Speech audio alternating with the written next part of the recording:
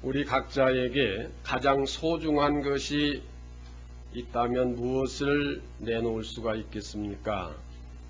두말할 것 없이 가장 소중한 것은 우리 가족입니다. 가족 중에서도 가장 귀한 것은 자녀들입니다.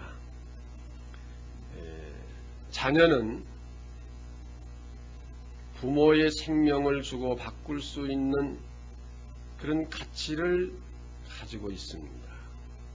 표현이 좀 이상합니다만은 다시 말하면은 부모는 자녀를 위해서라면 생명을 아깝지 않게 바칠 수 있는 것이 부모입니다. 그만큼 사랑한다고 하는 것이죠.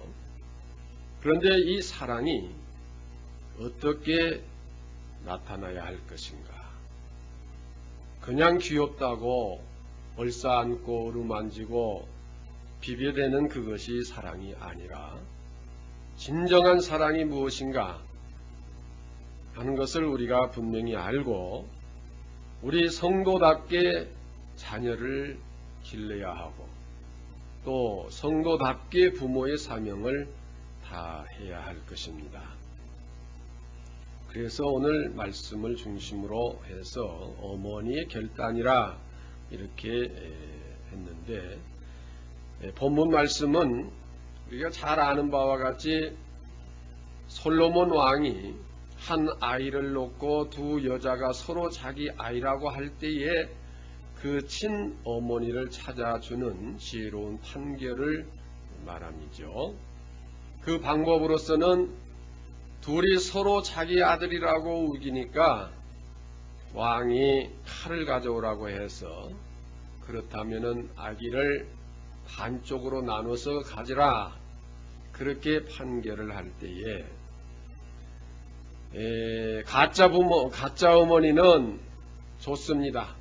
내 것도 안 되게 둘로 나눠주시오 그랬지만 친어머니는 그 아이를 포기하고 저 여자에게 이 아이를 주라고 양보를 합니다. 기록으로서는 단순하게 기록이 됐지만은 거기에 여러 가지 말을 많이 했을 거예요. 임금님, 저 아이가 절대 제 아이가 아닙니다. 제가 대단히 잘못했습니다. 제가 거짓말을 했습니다. 제 아이가 아니고 저 여자가 친어머니인데 제가 그만 아기가 탐이 나서 거짓말을 했습니다. 저 여자에게 주십시오. 아마 그렇게도 말할 수 있었을 겁니다. 여기서 이 친어머니의 입장에서 자기의 친아이를 포기할 때의 그 심정 어떻겠어요? 그것이 바로 어머니의 사랑이요 또한 결단이고 그 자식을 살리기 위한 어머니의 결단으로서 그게 바로 사랑이요 오늘 우리들이 가져야 할 사랑의 결단인 것입니다. 지금 같으면 유전자 검사를 한다 여러 가지 의학적인 방법으로 쉽게 해결될 문제지만 그 당시에 솔로몬 왕은 아주 지혜로운 방법을 써서 친어머니를 찾아주게 되는데 진정한 사랑이 즉 순간적으로 봐서는 자식을 포기한 것 같았지만은 그 자식을 살리고자 하는 어머니의 진정한 사랑이 자식을 살리게 되고 되찾게 됐다고 하는 것이고 이 사랑을 오늘 우리들이 어떻게 표현을 해야 될 것인가 오늘 우리들이 자녀를 어떻게 길러야 할 것인가를 한번 깊이 생각해 보는 시간이 되고자 하는 것입니다. 재산을 많이 모으는 것도 중요합니다. 출세하는 것도 중요합니다. 그러나 가장 보람된 것은 자녀를 어떻게 길러놨느냐, 자녀를 어떻게 성공시켜 놨느냐 이것이 대단히 중요한 것이고 이것이 가장 보람된 일이라고 말할 수 있습니다.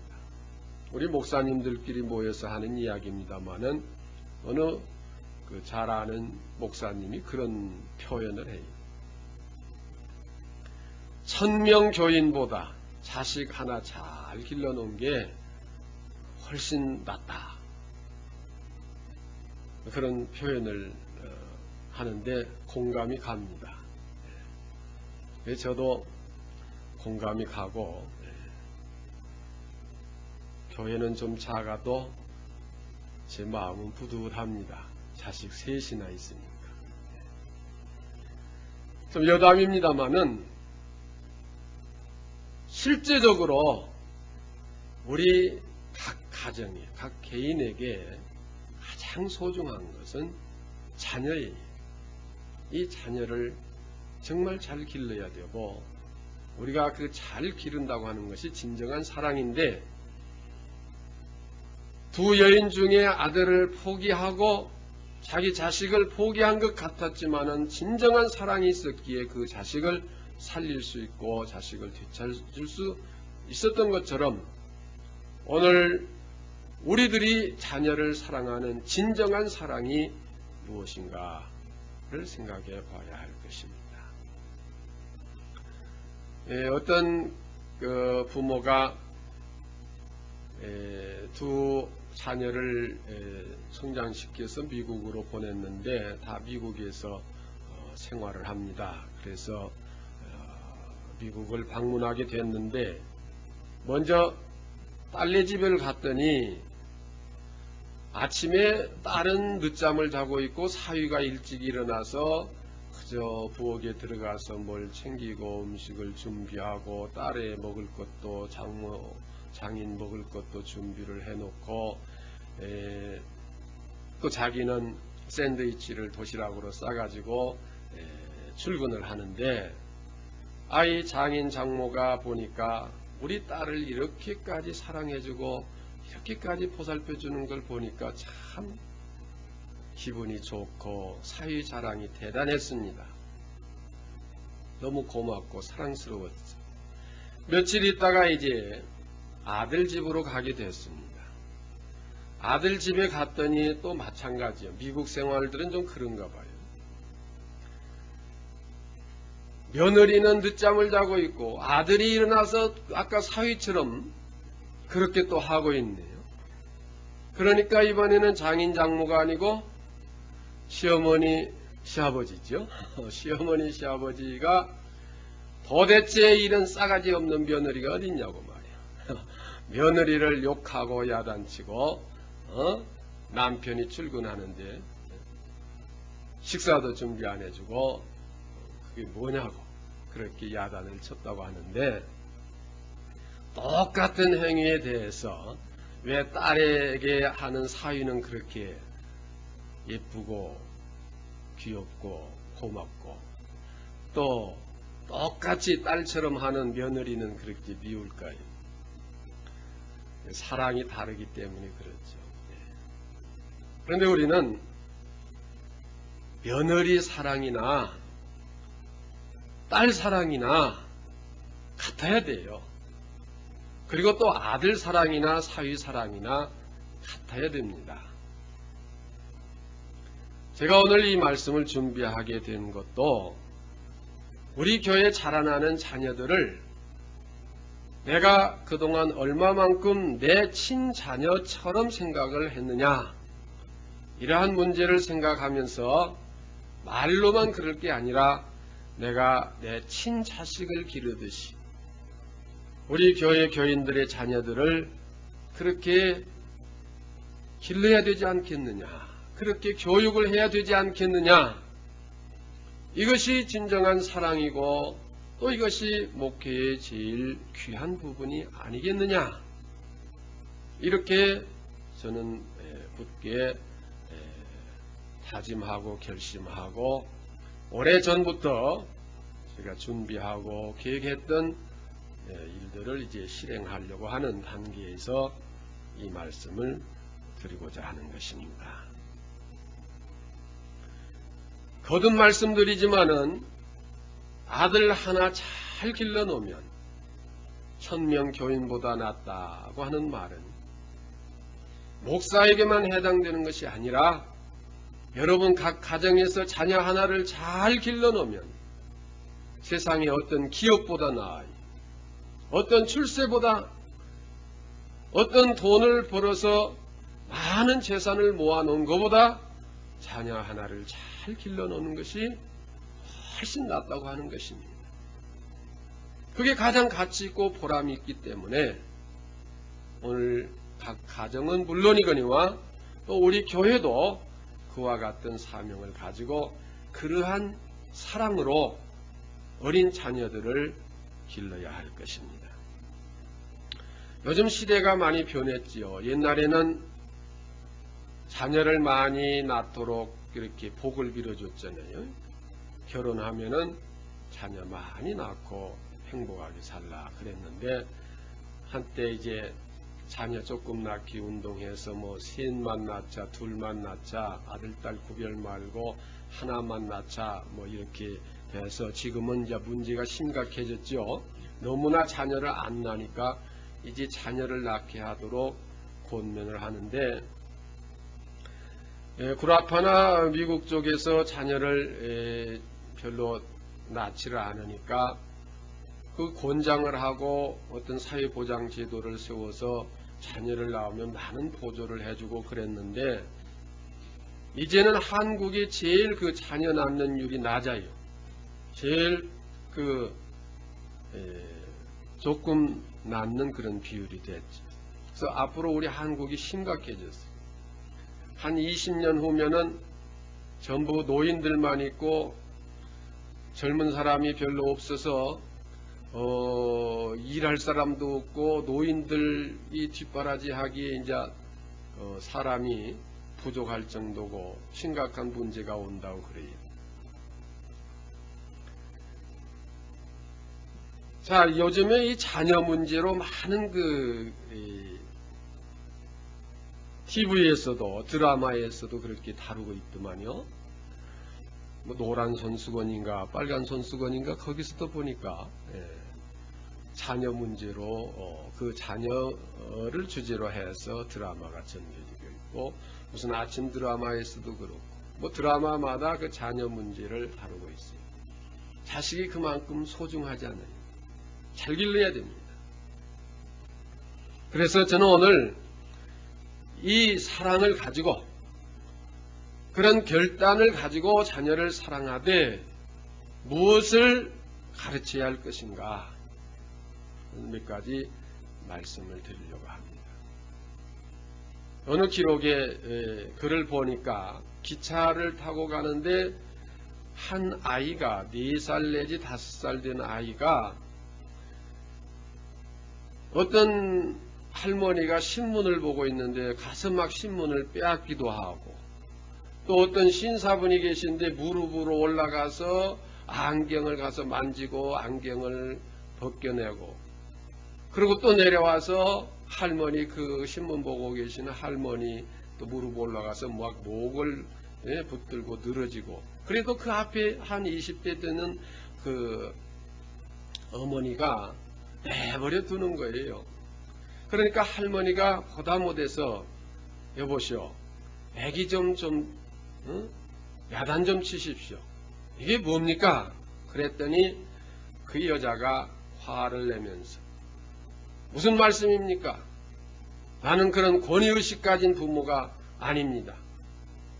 우리 아이는 그렇게 권위의식으로 기르지 않을 겁니다. 왜 우리 아이를 야단치라고 말합니까? 그렇게 되려 화를 내요. 그냥 나이 드신 분들이 아무 소리 못하고 그냥 참고 있죠. 계속 애는 그런 소란을 피웁니다. 그런데 한 20살쯤 먹은 한 청년이 뚜벅뚜벅 그 여인 앞으로 걸어오더니 그 어머니에게 아기 어머니에게 침을 탁 뱉고 자기 자리로 가서 앉았어요. 아무 말도 안 하고. 그러니까 이 젊은 여자가 그냥 고래고래 소리를 지르면서 이 한 노에다가 미음자 붙입니다. 그러고 욕을 해대고 뭐 고발을 하겠다는 둥 뭐 어쨌다는 둥 막 그래요. 그러니까 그 청년이 나는 권위의식이 없이 교육을 받고 자라서 그런데 무슨 상관이냐고 그렇게 반문을 했더니 그 여자가 아무 소리 못하고 있었다 하는 그런 그 글을 읽어봤습니다. 요즘에 조금 정도 차이는 있을지 몰라도 자녀를 그렇게 기르고 있어요. 권위의식 없이 자유스럽게 기른다. 그 잘한 게 아니에요. 우리는 기독교인답게 길러야 돼요. 그래서 제가 10가지로 좀 요약을 했습니다. 우리 자녀들을 어떻게 길러야 할 것인가. 제일 먼저 기도하는 법을 가르쳐야 됩니다. 엄마 아빠 그냥 그 말 한마디씩 하는 거 귀여워서 또 어디 밖에서 애들이 나가서 남이 욕하는 걸 들어가지고 뭔 말인지도 모르고 와서 하는데도 아이고 내 새끼 그 욕을 해도 그냥 내 새끼 좋아하고 그런데 우리는 아이들이 말을 시작할 때부터 기도를 먼저 가르쳐야 돼요. 간단하게라도 하나님 고맙습니다. 아멘. 예수님 이름으로까지 하면 얘가 길어서 못해요. 그러니까 우선 하나님 고맙습니다. 아멘. 우선 그것만이에요. 그럼 이제 한 살 더 먹으면 예수님 이름으로 기도합니다. 그때 그걸 넣더라도 제일 먼저는 기도하는 법을 가르쳐야 돼요. 모유를 먹이면서도 기도를 하고 먹이고 또 우유를 먹이면서도 기도를 하고 먹이고 가르치는 것은 이렇게 하라 저렇게 하라 해서 가르치는 게 아니라 우리가 실제로 그러한 모습을 보여줌으로써 가르치는 것입니다. 그래서 엄마가 젖을 먹일 때도 먼저 기도하고 먹이고 이제 기도하는 것은 여러 가지 이제 경우가 있습니다만은 우리는 남의 집을 가도 먼저 기도하지 않습니다. 또 교회를 와도 먼저 기도하지 않습니다. 여행을 다녀와도 먼저 기도하지 않습니다. 이것이 그저 생활에 배어서 저절로 기도할 수 있도록 어려서부터 가르쳐야 돼요. 그래야 그 아이가 정말 훌륭한 아이가 될 수 있습니다. 제일 중요한 것은 모태에서부터 교육입니다.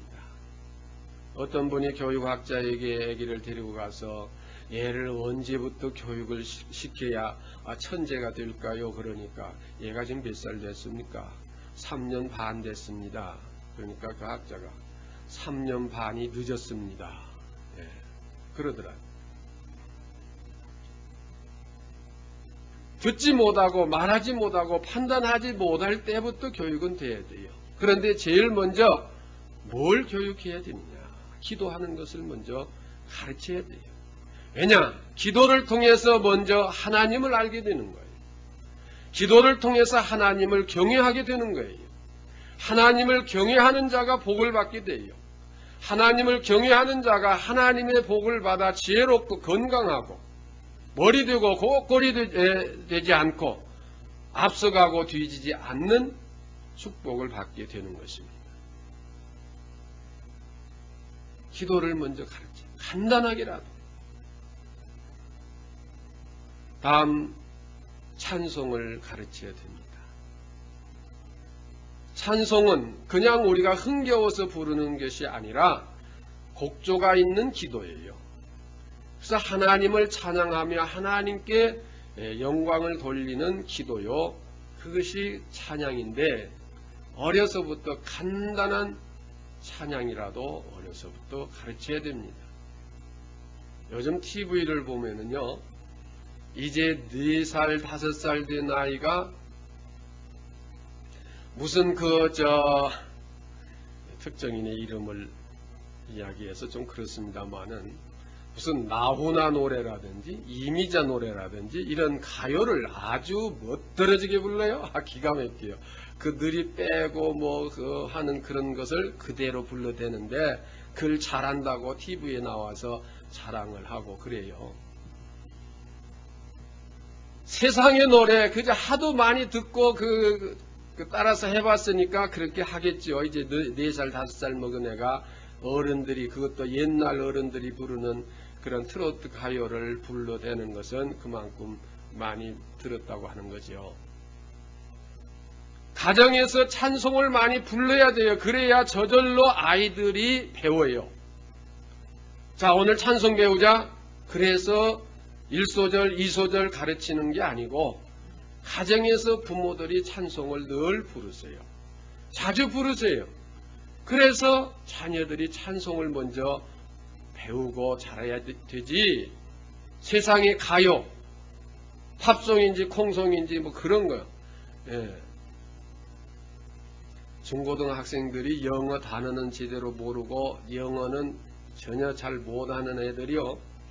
그 영어로 된 팝송은 어떻게 그렇게 잘 빨리 외워서 하는지, 무슨 뜻인지 무슨 단어인지도 모르고도 그냥 그대로 잘해요. 예. 우리는 찬송을 먼저 아이들이 배울 수 있도록 가정에서 찬송을 많이 해야 됩니다. 예. 세 번째로는 하나님의 말씀을 읽게 해야 돼요. 몰라도 그냥 읽어야 돼요. 무조건 읽어야 돼요. 읽으면 알게 돼 있고 깨닫게 돼 있어요. 왜냐? 하나님의 말씀은 영적인 말씀이기 때문에 그 말씀은 살았고 운동력이 있어서 우리의 심령 골수를 쪼개는 칼의 역할을 하는 것입니다. 그런데 부모는 읽지 않으면서 자녀들에게 읽으라 읽으라 해서 읽지 않습니다.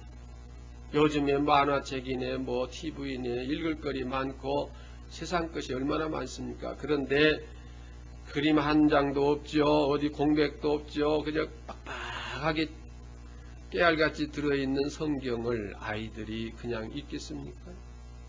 부모가 읽으면서 돌아가면서 읽도록 해야 돼요. 저는 참 부모님께 감사한 것은 기도와 찬송과 이 말씀 세 가지는 아주 모태에서부터 배우고 자랐어요. 그래서 학교를 가기 전에 한글을 배우기 전에 성경을 다 읽고 한글을 다 깨우치고 학교를 가니까 학교에서 1학년에서 3학년으로 그냥 올반시켜서 국민학교를 5년만 다니고 졸업을 했어요. 그래도 한 번도 2등 한번 해보질 않았어요. 다른 의미에서 말씀드린 게 아닙니다. 또 여러분께서 들으셨죠. 그러나 이것을 소홀히 여기지 마십시오. 부모가 자녀와 함께 반드시 성경을 읽는 시간이 있어야 돼요. 한 구절이라도 읽게 만들어야 돼요. 1년에 한두 번 읽는 게 아니라 매일 읽을 수 있도록 그런 기회를 만들어줘야 됩니다. 그리고 자녀들을 부지런하게 가르치세요. 부지런을 가르쳐야 돼요. 놀고 게으른 것은 아무데도 쓸모가 없어요. 제가 여담삼아 농담으로 그런 표현도 합니다. 도둑질을 하더라도 부지런히 하라고. 그래야 한 번이라도 붙잡혀가지고 손 씻고 나오지. 그렇지 않겠어요? 어쩌다 한 번씩 하는 거 안 들키니까 안 잡히고 평생 하게 돼요. 도둑질을 하더라도 부지런히 해야 잡혀가지고 새 사람 되죠. 죄 짓는 일 외에는 우리는 부지런해야 돼요.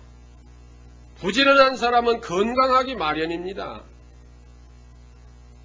여러분 잠 못 자서 병 났다고 그런 거 없어요. 잠 많이 자가지고 병 나서 고생하죠. 일 많이 해서 병 난 사람 없어요.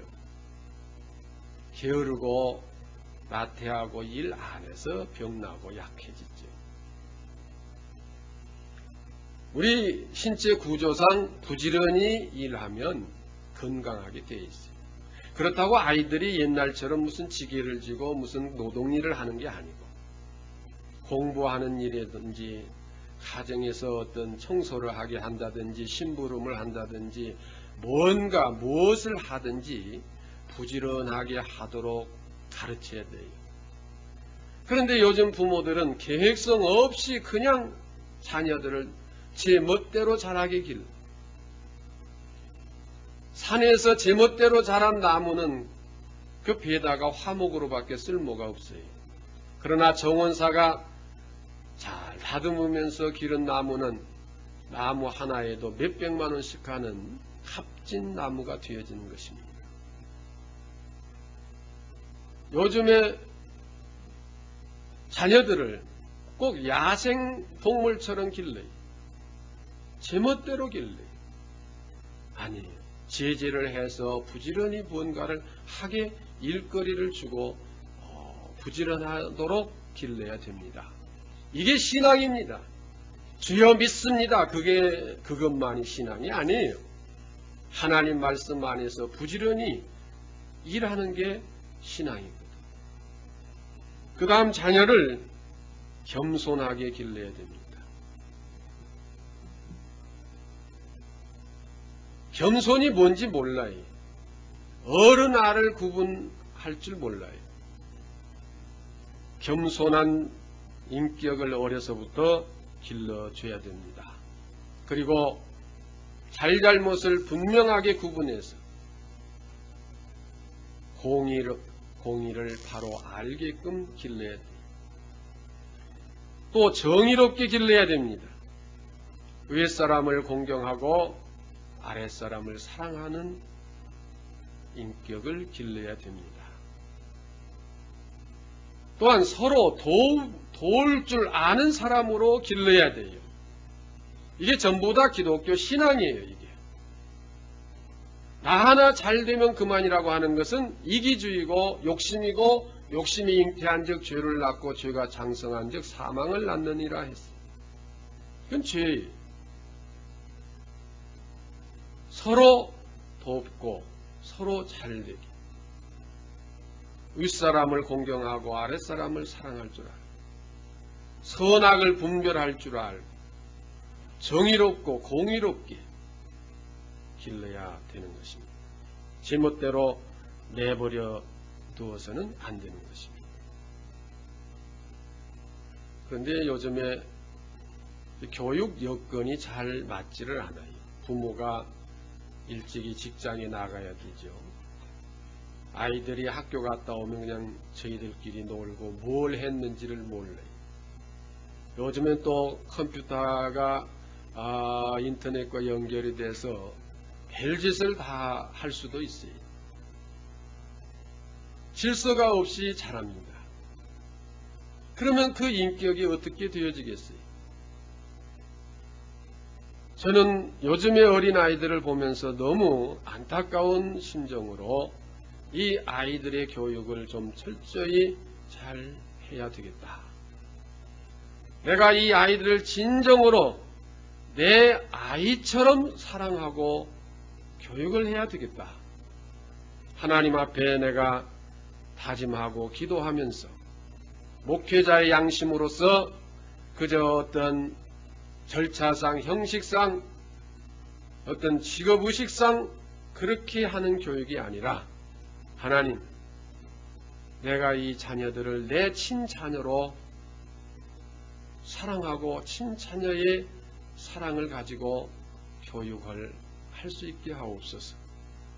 그렇게 기도하며 그렇게 결심하고 다짐을 합니다.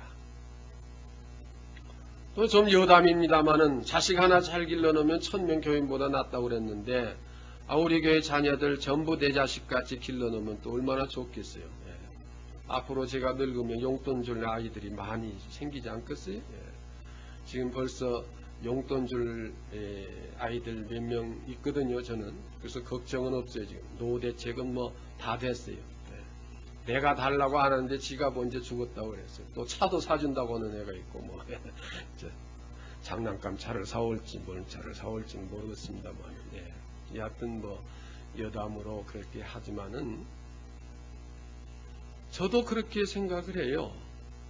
이 자녀들을 내 친자식으로 기르자.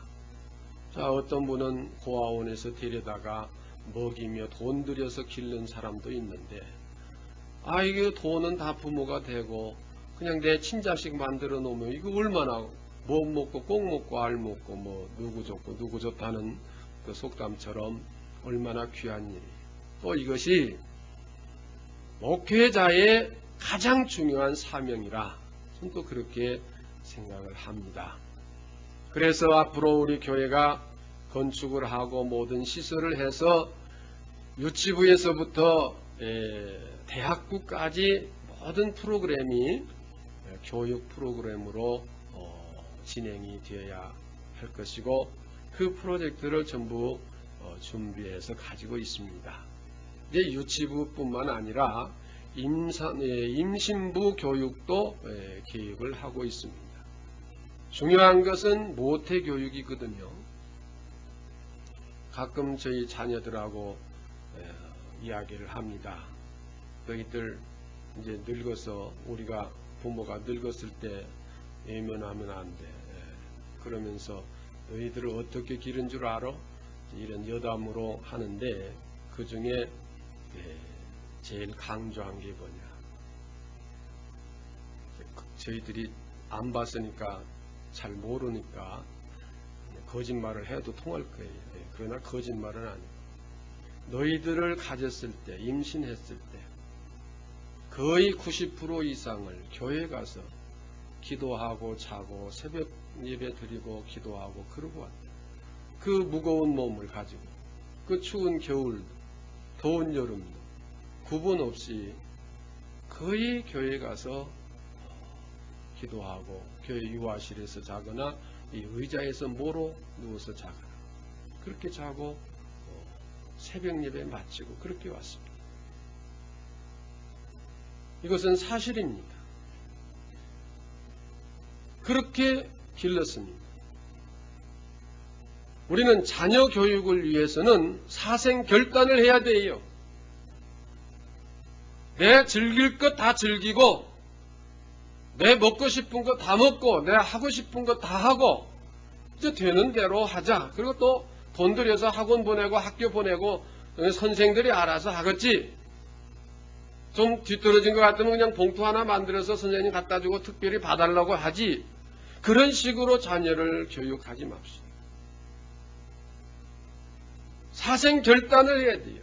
칼로 이 아이를 자른다고 할 때에 아이를 포기해버리고 아이를 살리기 위해서 저 여자에게 주라고 하는 그 어머니의 그 심정, 그런 자세, 그러한 사랑의 결단을 가지고 우리 자녀들을 교육해야 되는 것입니다. 저는 교육을 전공을 하고 교육학을 오래 공부를 하고 교육학으로 모든 그 논문도 쓰고 또 지금 교육계에 몸을 담고 모든 관심을 교육에 쏟고 있습니다. 그래서 앞으로 우리 교회가 그 교육의 모델이 되는 교회로 되어지도록 이렇게 모든 프로그램을 계획하고 있습니다. 여러분의 자녀들을 좀 심각하게 새로운 결심과 결단으로 교육할 수 있는 계기가 되기를 바라는 것입니다. 먼저 기도를 가르쳐야 돼요. 찬송을 가르쳐야 돼요.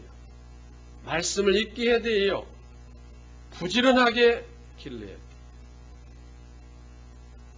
정의롭게 길러야 되고 겸손하게 길러야 돼요. 윗사람을 공경할 줄 알게 길러야 돼요. 아랫사람을 사랑할 줄 알고 공과 사, 선과 악을 구분할 줄 알게 만들어야 돼요. 그리고 서로 협동하고 사랑할 수 있도록 길러야 합니다. 저는 이 10가지를 교육에 지표로 삼고 있습니다. 필요할 때는 매도 들어야 됩니다. 그러나 3살 이후부터는 매를 때려서는 안 돼요. 교육상 준비는 하죠. 제가 이제 우리 교회의 자녀들을 위해서 기도하며 준비하는 가운데 모든 프로그램을 만들어 놓고 실행을 이제 시작하려고 하는데, 여러분 부모 입장에서 어느 학원에 한번 보낸다 하는 그런 개념으로 참여하지 마시고 정말 심각한 자세로 이 현실 속에서, 이 세속화 이 현실 속에서 우리 자녀들을 어떻게 길러야 할 것인가 깊이 생각하고 심각하게 생각하고 결심하시고 참여해 주시기를 바라서 오늘 또 이 말씀을 드리는 것입니다. 그리하여 여러분의 자녀들이 앞으로